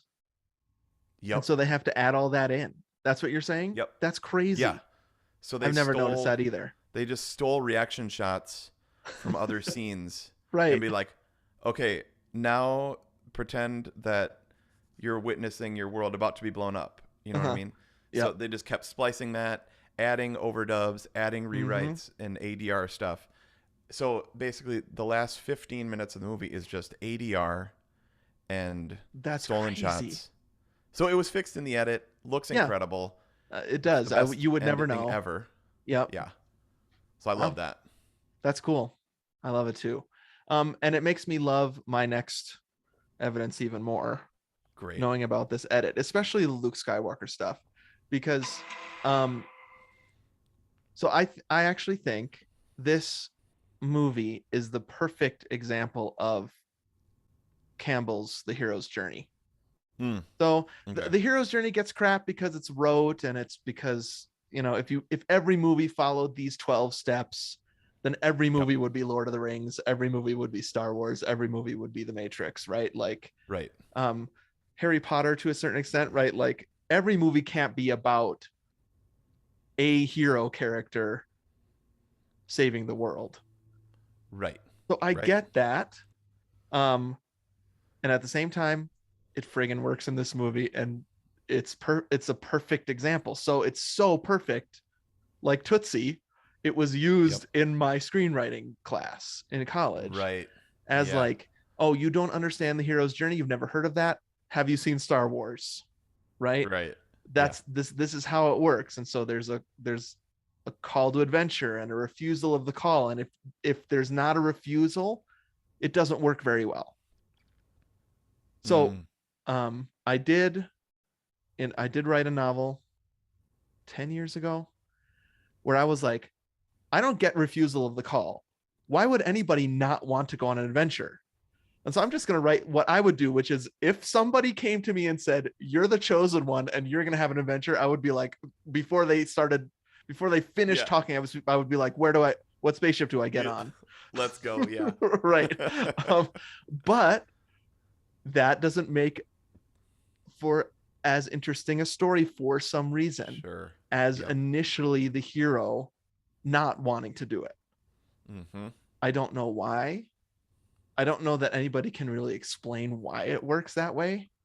But Mm-hmm. if there's no refusal to the call, the movie doesn't work as well. And so this is the kind of thing that we would talk through at length in my screenwriter class. And some people were like, Star Wars, what? We're going to talk about film students. Yeah. and it's just like, no, because it's undeniable the way that Luke's story goes. And I love this thing about the edit that I didn't know, which was there was too much of it. Yep. It's just like, Didn't here's need the it. little glimmers you need to see. He meets his mentor, and the mentor is incredible. Yep. There's all sorts of tests. There's kind of like a big ordeal that he has to go through. Mm-hmm. And the ordeal really needs to have high stakes. Speaking of what you just talked about, if the ordeal doesn't have high stakes, then the hero's journey doesn't Yes. matter.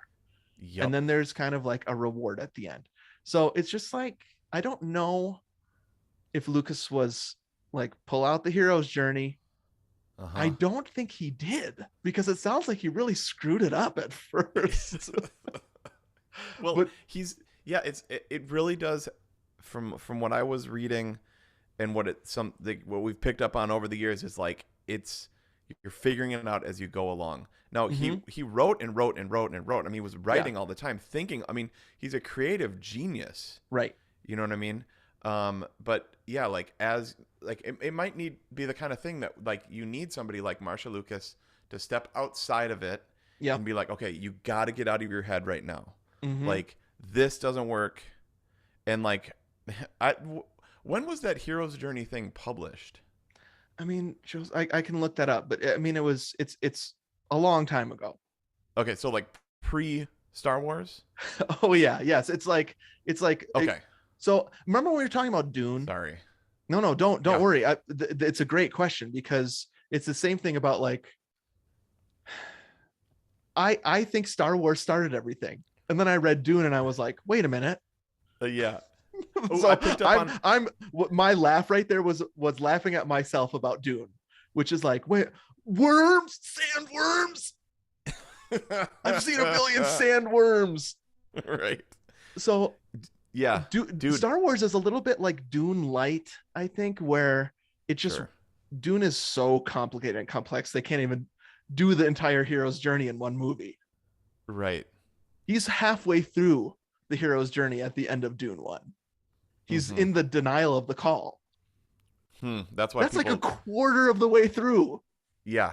See, people didn't even know that's I think Right? that's why people were so mad.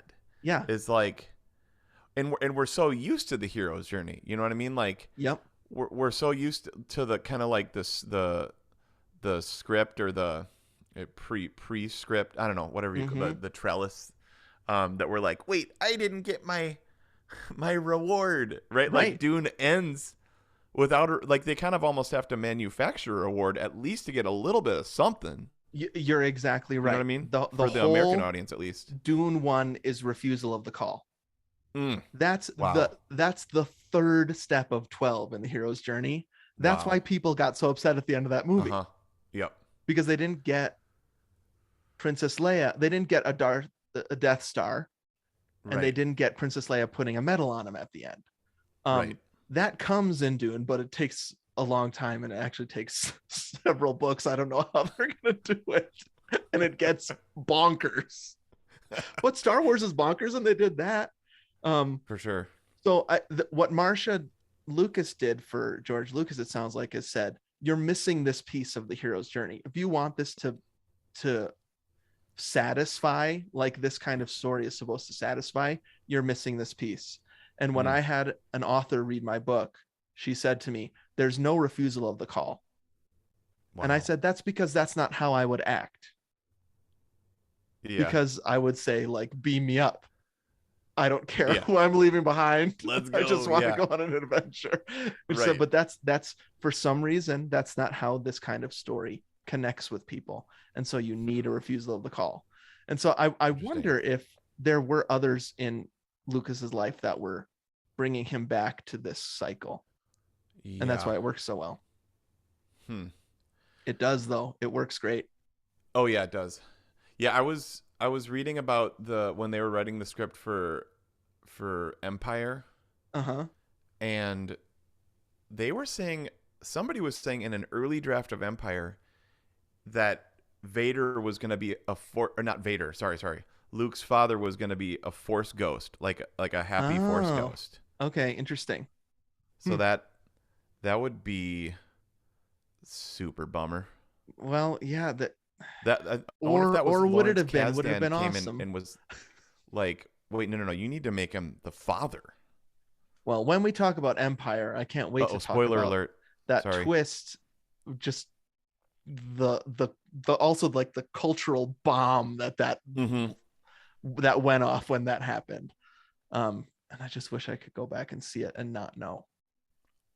That would be a top 10 thing to be able to do if you could be.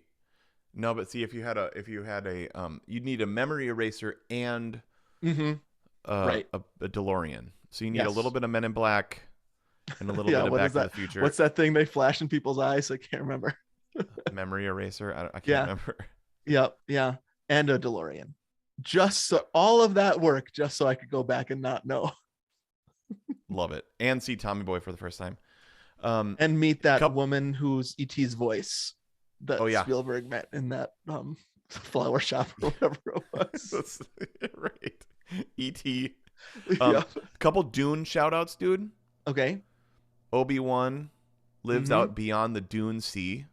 Yep. There's a lot of dunes, actual dunes in this movie, right? Yep. I Yeah. totally, now that I'm kind of in the Dune world, Mm-hmm. picked up a lot more Dune. So like it starts on Dune.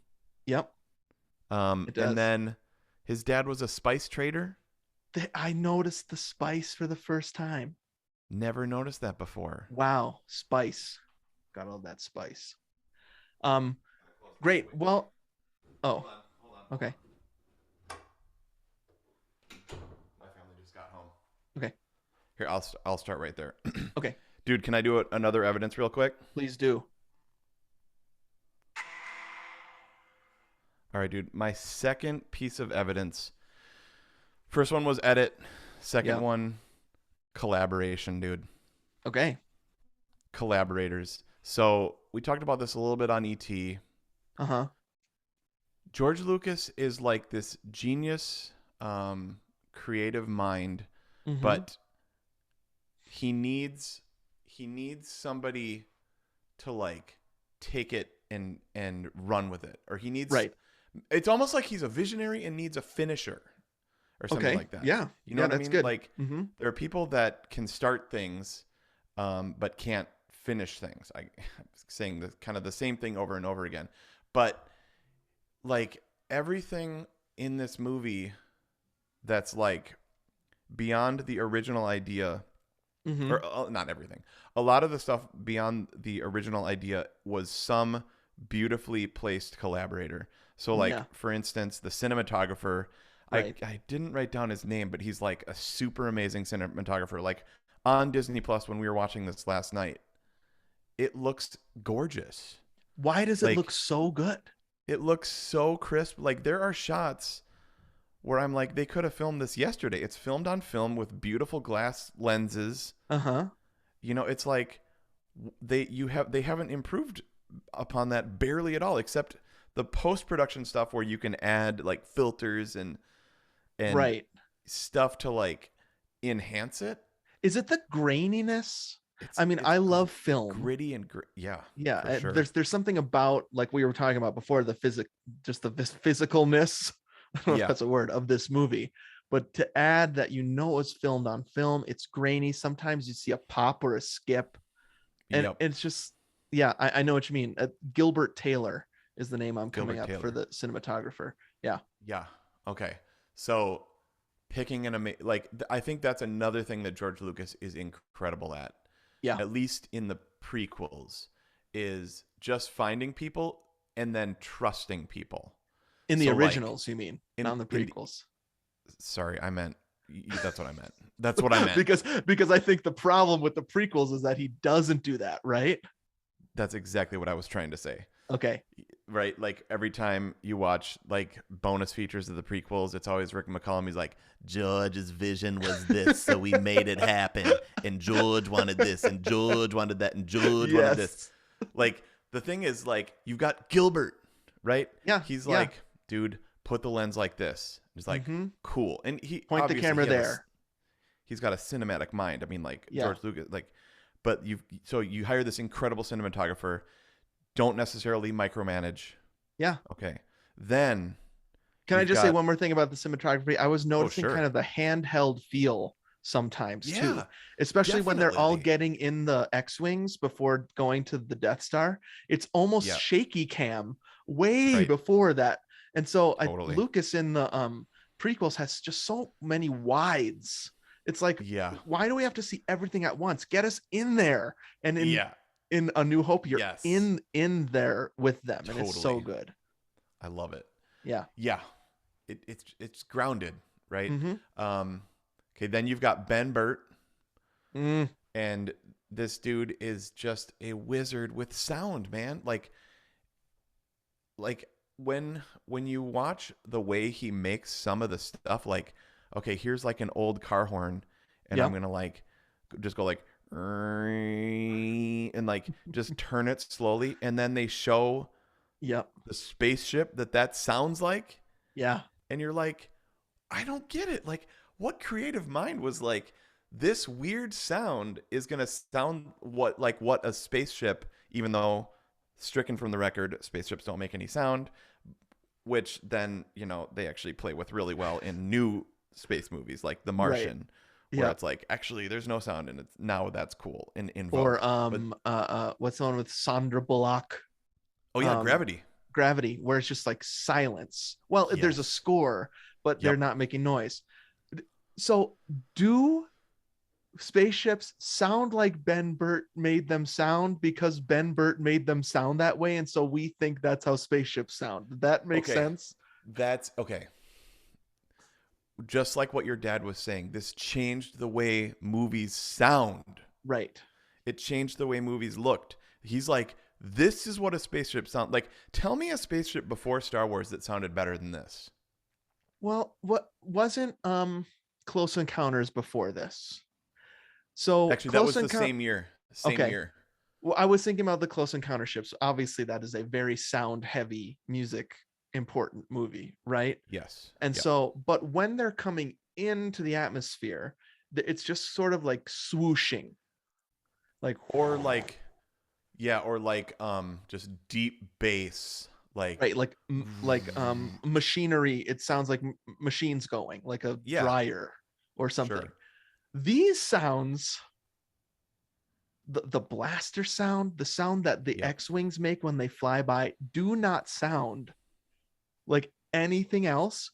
But Exactly. now they sound like like now they're all you can think of when you think of a spaceship Yeah. sound. Yes. And he was the creative mind that just like sampled like 5,000 different sounds Mm-hmm. and was like, "Oh yeah, I remember like I moved a chair and it went like this. So we're going to like take a recording of that, and then we're going to slow it down Yep. and then add a little bit of this like lightning rod thing and then put some electricity through it so it goes like bzzz, Yeah. like I don't know, like so there he makes it sound like it sounds. Yep. Because if you watch, like, Wally is one of my other favorite Yep. ones that Ben Burt did. Mm-hmm.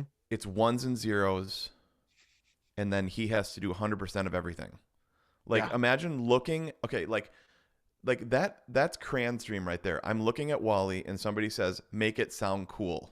Mm-hmm. Like, Wally's on your screen and it's silent. What would you do? Like hit two pieces of metal together, go beep boop blap blap bloop bleep blap.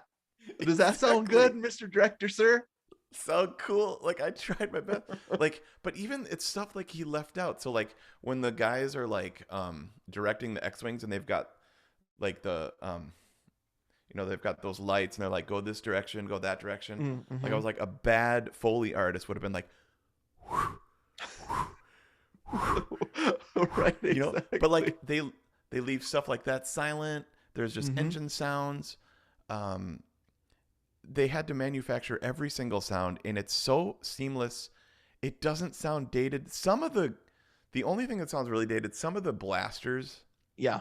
the needed blasting Needed sounded. blastings are a little, and that's why I think people say like the pew pew thing, right? Like when Yep. Laura Dern was in Last Jedi, and the story is whenever she would shoot her blaster, she would say pew pew, and they had to cut her Yeah. they had to tell her to stop.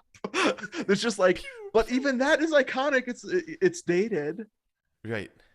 I guess you wouldn't hear that anywhere else besides in the Star Wars universe right now, but um, Yep. I still love it. Oof, it's good. Yeah. So all the sounds. Mm-hmm. Then you've got the ILM crew. Yep. inventing as they go. Mm-hmm. And then you've got the number one collaborator. Here we go. And I didn't put this as my evidence I like because this better. It's a little bit broader, but I wanted you to get here. I always do that. So, and both Spielberg and George Lucas have said that John Williams is their number one collaborator. Yeah. So, dude, I told you I was out running earlier today, Mm-hmm. and that first chord comes in. So I had heard the story of George Lucas. He's gone to the hospital for hypertension. Mm-hmm.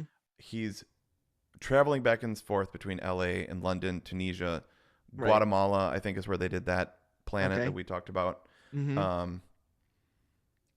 And he goes to the scoring session of the Okay. London Symphony with John Williams, Yeah. and he hears that first blast, Uh-huh. and he said, all of the cares of the world went away, and I was like, this is incredible. It's gonna work.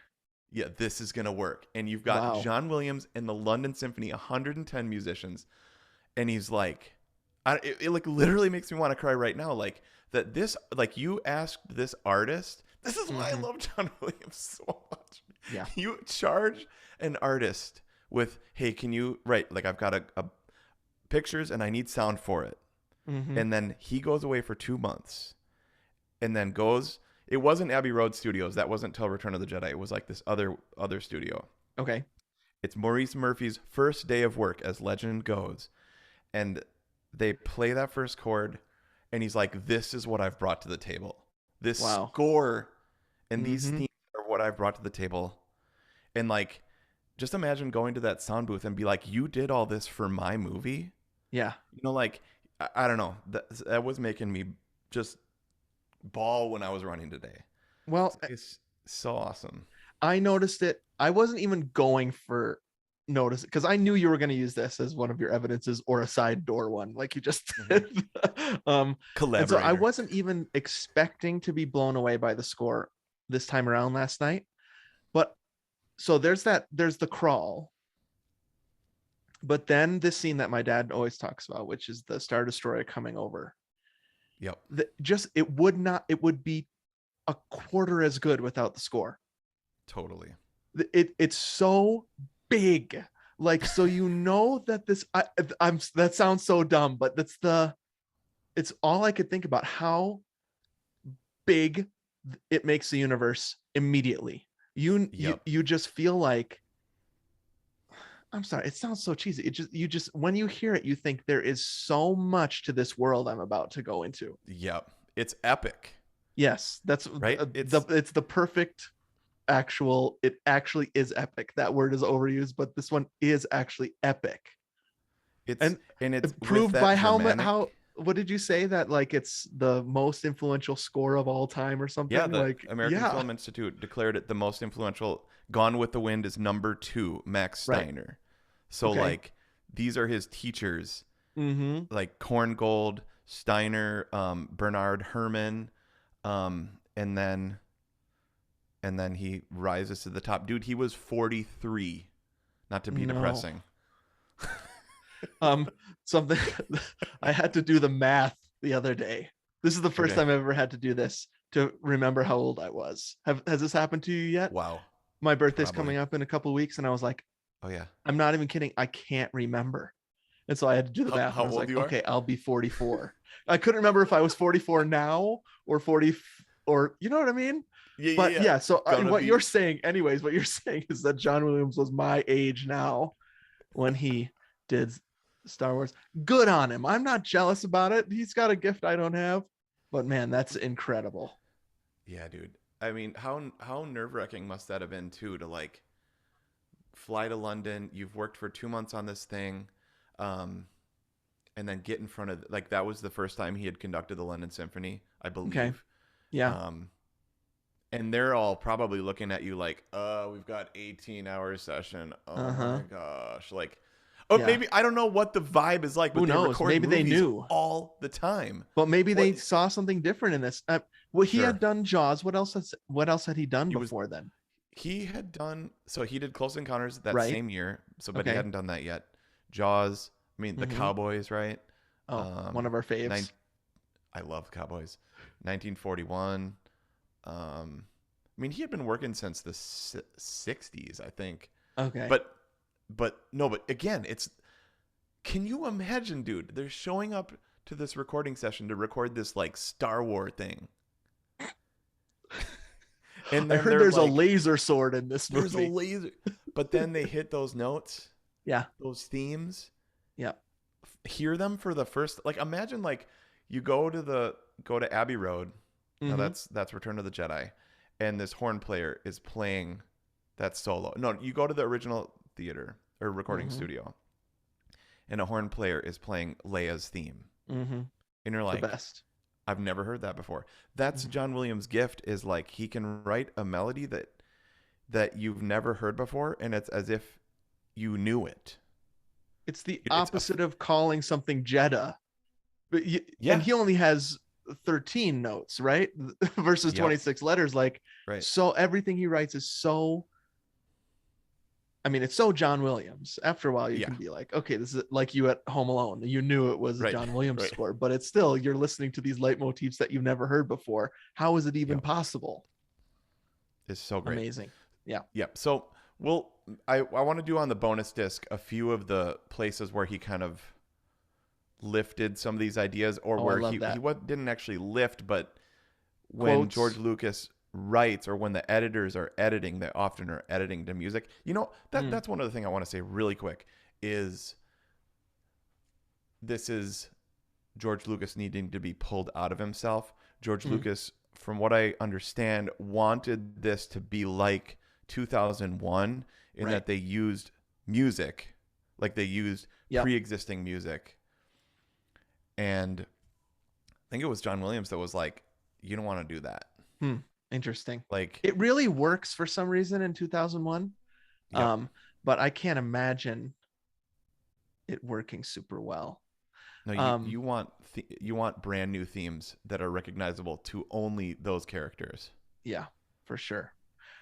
Have you seen that Star Wars without Williams YouTube video? You mean where it's just silent It's ASMR in the stuff? throne room Yeah, where yeah, they're yeah. walking into the throne room. It's just so, like somebody else going, and then when Carrie Fisher smiles, you just hear her lips smack a little bit. Yeah. I mean that it's a really funny video, but it just shows, it's just exemplifies what you're saying, that without Ben Burt, without Williams, that is a very, it just loses all of its energy. The one of the most amazing scenes ever put on film Yeah. completely loses its energy without his collaborators. Yep. Yep. And they were also talking in that editing too that when they heard Ben Burt's sounds for Mm-hmm. R2D2, they were Yeah. like, "This is great because we can use R2 as like a audience surrogate or comic Right. relief, or Yep. explain things with beeps and boops again that are so expressive." Mm-hmm. Like R2D2 is expressive, dude. It's I was noticing that again last night too. He really only has a couple spots of articulation on his body. His head Yeah. spins around Yep. and his legs go back and forth. Yep. But that part where the Jawa shocks him, and it's obviously just some guy has tipped him and then run out of the screen, and then it goes slams on the ground. Yeah. That's Yep. just a trash can falling over. Yep. But you care about that thing. It's You love him so hilarious. much. Yep. It's your heart goes out to him. Totally. Who's better, R2 or BB-8? Oh man, dude. I love BB-8's movements, but Me too. R2 is my guy, dude. Me too. I love the blue. Yep. He makes me feel like a kid, you know what I mean? Can you believe there was a person in that? Kenny That is Baker? weird. Why did they have to put a guy in there? I don't know. That's like Don't put a guy in there. 100%. That's so mean. That's even meaner than C3PO, which I was marveling at how skinny Tony Baker is and had to remain. Right? Also, hilarious. So That funny. that character could be grating, kind of like the British Yep. butler or whatever. Hmm. But Anthony Daniels, not only his voice, but the way he performs it physically, Yep. the way he turns his, that turning his head quick, Yeah. Constantly. Yeah. Like little twitching. Yep. but then also like the Oh yeah. stare when he's just Sure. staring at somebody for a little too long. Hmm. And you're like, Yeah. did he shut off? No, he's still, it's like so good. When R2 is in the lineup with those other droids and he is obviously the best droid, Oh yeah. why would you Oh take that yeah. red one? What? He's obviously the best boy. Take him. Oh, I love R2. I'm Yep. putting him on I'm chunking in with R2. Is that okay? I know Okay. that's kind Yeah. of Do cheating, it. but I gotta Do chunk it. in because R2 is so good. That's Oh all I yeah. have to say. R2. Okay. Yeah. And I stand by C3PO. I Mm. even think he's funny. You're going to hate me, and Alex will really hate me. I even think he's funny in the prequels. Sometimes just when he's too CGI is when Yes. I like Anthony Daniels. I don't only like C3PO, I like Anthony Daniels. So when it's just obviously a cartoon, I'm Yeah. not into it as much. I Um, don't know, dude. I'm beside myself. Oh wait, is I'm beside myself? Yeah, that's. I'm beside myself. Then he says, I've lost my head. Doesn't he say, I've Hmm. lost my head? No, you said I'm such a drag, right? Yeah, that's true. He does say I'm such a drag. That's super funny, dude. All right. Well, on that note, we're almost at 2 hours. Good thing we have a results show and we're going to be doing Star Wars for the rest of the podcast. Yes. And Mm. we've also talked about it probably for more than any movie, do you think? In the past 12 years on the podcast, probably Star Wars Yeah. comes up more than any other franchise Yep. for sure. 100%, dude. Let me just say, as a Mm-hmm. bonus evidence that I would have used, um, I watched it with a 6 and 10-year-old last night, Yep. and it 100% stands up, dude. Mm-hmm. It works. They love it. 45 years later, man. Yeah. So it still great. connects, just like Back to the Future. Mm-hmm. It like ET. Yep. Like it 100% connects to an audience of today. Timeless. Yep. He did it, and his Yep. collaborators. Yep. Amazing. Well, listeners, it's in your hands. Go to Instagram. That's the best place to vote for this. That's at Two Gomers. You can also go to our website, Facebook, Twitter, or email. All of that is at Two Gomers. We're going to put a poll out, and you get to vote whether or not Star Wars is a perfect movie. Thanks to our webmaster, Adam, Jason for our graphics, Davis for our music, Annie for our social media. It's going to be a great year. We have a big race coming up in February over on Runner's Block, and so we've decided to do a running centric movie in February as well. We're going to do Chariots of Fire. Ooh, that's going to be awesome. Actually, that it'll be nice to. I have only seen Chariots of Fire once, and so it'll be nice to do a movie that I'm not obsessed with and is a part of my childhood, and I play games in the pool about. Right. I think that's going to be great.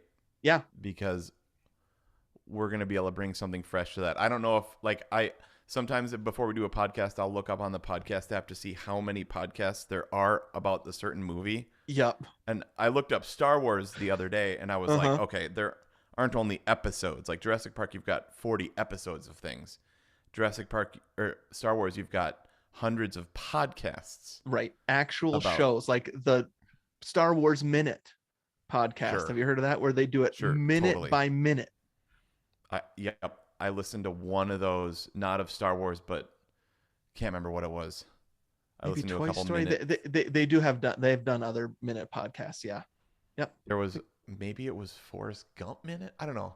Oh, I listened to a minute podcast. Oh, dude. Well, we did our best to get the whole movie in. Good. Okay. Well, we have to talk. I have a perfect food that we're going to have to talk about. Okay. So look forward to that, plus some score chat on the results show. And let me play this one thing for you. I forgot to play you this. And I'm wondering if you've ever heard this before. Okay.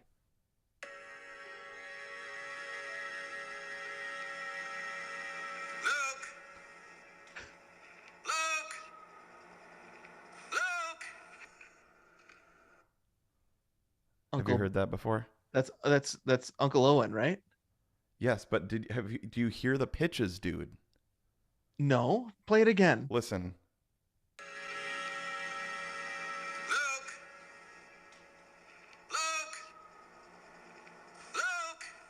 Luke! Luke! What's he doing? Dude, it's Dum, dum, do dum. dee da da da do. Oh my gosh. No, I've never heard that before. Luke, That is insane. Luke, Luke, Luke. We always do that. Luke, Luke, Luke, Luke, Luke, Luke, Luke. His theme. Even Uncle Owen knows it. See how ingrained in the culture it is? That's Yep. incredible. How did he do that? I also have not talked about my favorite scene in the movie yet. So we'll Okay, boot that to the results show. Okay, it'll be Also, we epic. have hardly talked about Han Solo. What's wrong with us? We didn't talk about Chewie once. Okay, result show is going to be a long one. All right. It's going to be another 2 hours. All right, dude. Well, great app. Super fun, man. Can't wait for Chariots of Fire, dude. All right. Happy watching, sorry. everybody. Hold on, let me say that. Sorry. Super fun, man. And happy watching Chariots of Fire. Great. Nice. All right, let's stop that. 1, 2, 3, stop. And hopefully save. Please. Yep, saved. Saved. Luke. Okay. Luke. Luke.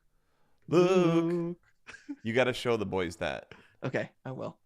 I've been thinking of that for since I was a kid. I was always like, how did he sing the Force theme? I've never heard it before. That's awesome. But it was yeah. Sweet. Okay, I'm just gonna put Total Recall up on Tuesday. All right, that's fine. I actually cannot wait to hear it again. I don't think I've ever heard it because it was in the starter pack. Yep. So no, it wasn't in the starter pack. It was in the launch people. And so they got it just online. And so I've never heard the edited version of it. Okay. It might be terrible. I think I'm it was really assuming it's funny. not. Okay. I think it can't was wait. really, I remember it being really fun. So. Okay. Sweet. All right. I'm going to go eat some lunch. I haven't eaten all day. Forgot. One of those days. Totally. Okay. I'll bounce this to you. All right. And you have I'll drop that. A week and a half to edit it, I guess, right? Oh yeah, for sure. And I'll drop that other one and edit it and we'll get it going. Sweet. Thanks, dude. I'm glad we got your mic figured out. Yeah, me too. This is perfect. It was just, I can't believe it was that one dumb thing, but I'm glad it was that was it. Me too. All right, dude. All right, dude. Have a good one. Oh, you got to finish recording. Oh, this is just be the end. Okay. Bye, everybody. Bye.